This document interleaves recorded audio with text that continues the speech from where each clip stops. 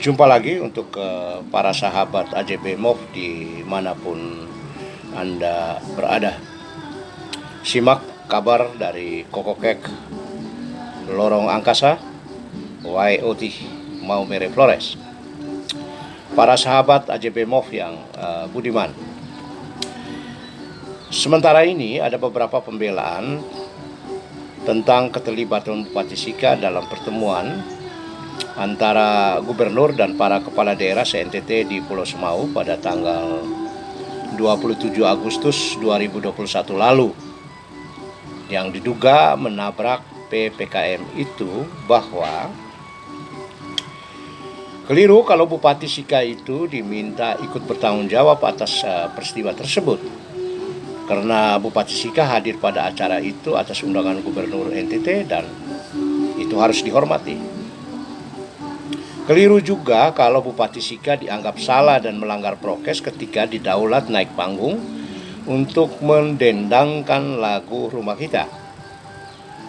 Karena tidak etis kalau Bupati menolak permintaan itu, dan tidak mungkin Bupati menyanyi dengan menggunakan masker.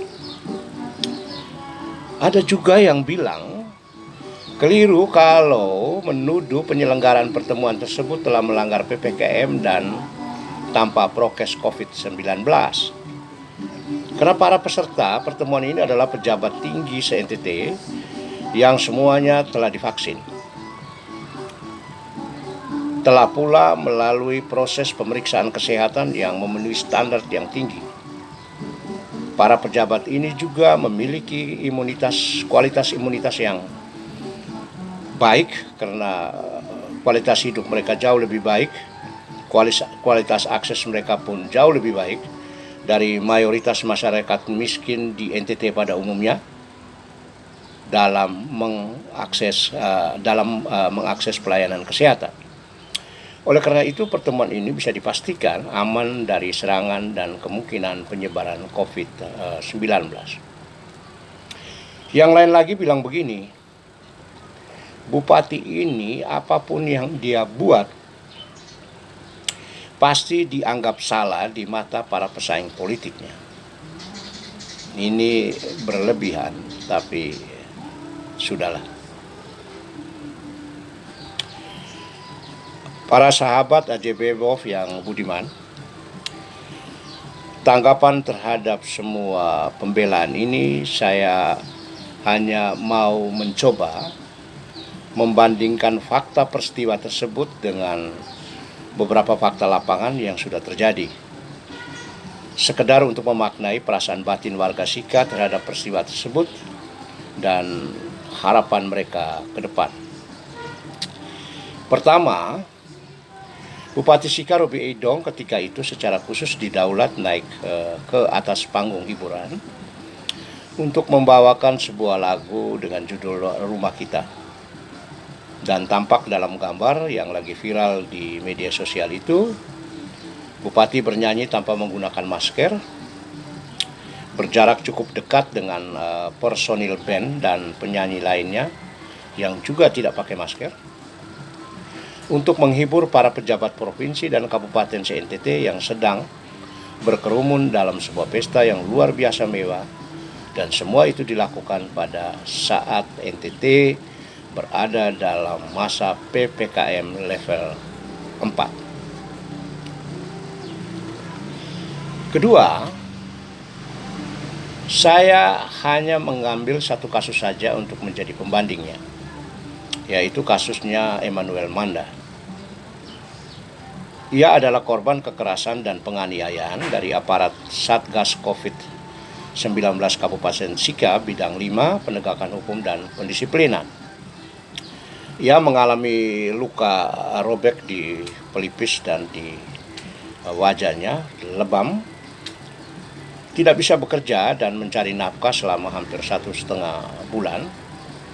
Duit pribadinya terkuras untuk biaya pengobatan luka-lukanya, hanya karena terlambat tutup kios dan tidak pakai masker di rumahnya sendiri. Sementara pedendang Rumah Kita dan seluruh rangkaian acara itu tidak tersentuh oleh Satgas COVID-19. Orang yang mengalami nasib yang sama dengan Emmanuel Manda ini bukan hanya satu orang, masih ada yang lain dengan kasus dan kualitas perlakuan yang berbeda. Perbandingan ini di mata masyarakat menunjukkan adanya ketidakadilan dan diskriminasi. Eman tidak pakai masker di rumahnya ditindak tegas oleh aparat. Sementara Bupati Sika mendendangkan rumah kita di ruang publik, aparat membiarkan. Ini perbandingan yang sederhana. Demikian pula warga Kabupaten Sika selama PPKM berlangsung dilarang menyelenggarakan event-event sosial yang melibatkan banyak orang untuk menghindari kerumunan, seperti tatap muka di sekolah, pelaksanaan ritual keagamaan, dan pesta-pesta. Sementara para pejabat ini tampak kasat mata melanggarnya. Sahabat AJB MOV yang budiman, yang masyarakat tahu, Bupati itu Komandan Satgas COVID-19 di kabupaten ini. Bupatilah yang membuat aturan tentang PPKM. Sehingga secara hukum, etika, dan moral melekat tanggung jawab untuk menerapkan dan menegakkan PPKM secara adil dan tanpa diskriminatif.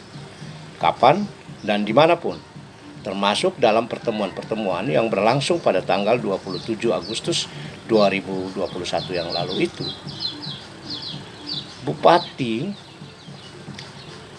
punya otoritas untuk menyatakan tidak kepada siapapun kalau itu substansial dan demi rakyat, termasuk menolak untuk hadir pada acara tersebut dan tidak naik panggung ketika itu.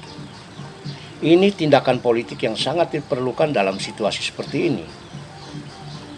Karena teknologi komunikasi menyediakan banyak sekali alternatif untuk penyelenggaraan pertemuan seperti ini tanpa harus berkerumun. Oleh karena itu, seluruh pembelaan dan pembenaran yang didalilkan oleh para buser atas keterlibatan Bupati dalam peristiwa itu hanyalah bersifat ngeles dan formalitas belaka. Tidak sebanding dengan pengalaman material yang nyata di lapangan dan harapan masyarakat pada umumnya. Para sahabat AJB MOV, secara pribadi saya memberikan sedikit apresiasi untuk Wakil Gubernur NTT yang walaupun membantah adanya pelanggaran prokes tapi tetap menyampaikan permohonan maaf atas kegaduhan yang ditimbulkan oleh peristiwa itu. Demikian harapan saya juga kepada Bupati Sika untuk menyampaikan klarifikasi dan permohonan maaf yang sama kepada warga Kabupaten Sika. Sejak beberapa hari lalu, saya melihat di beberapa tempat di Maumere warga mulai menggelar pesta lagi. Berkerumun sudah pasti, pelanggaran prokes lainnya pun mungkin terjadi. Artinya kalau virus COVID-19 ini masih ada dan menyebar, maka kita menunggu waktu untuk menuai akibatnya. Pertanyaan di akhir narasi ini adalah, apakah dengan demikian warga masih dianggap kurang sadar seperti tuduhan aparat selama ini? Atau karena mereka sedang meniru sikap dan perilaku pemimpinnya? Tabe. Salam sehat dari AJB MOV.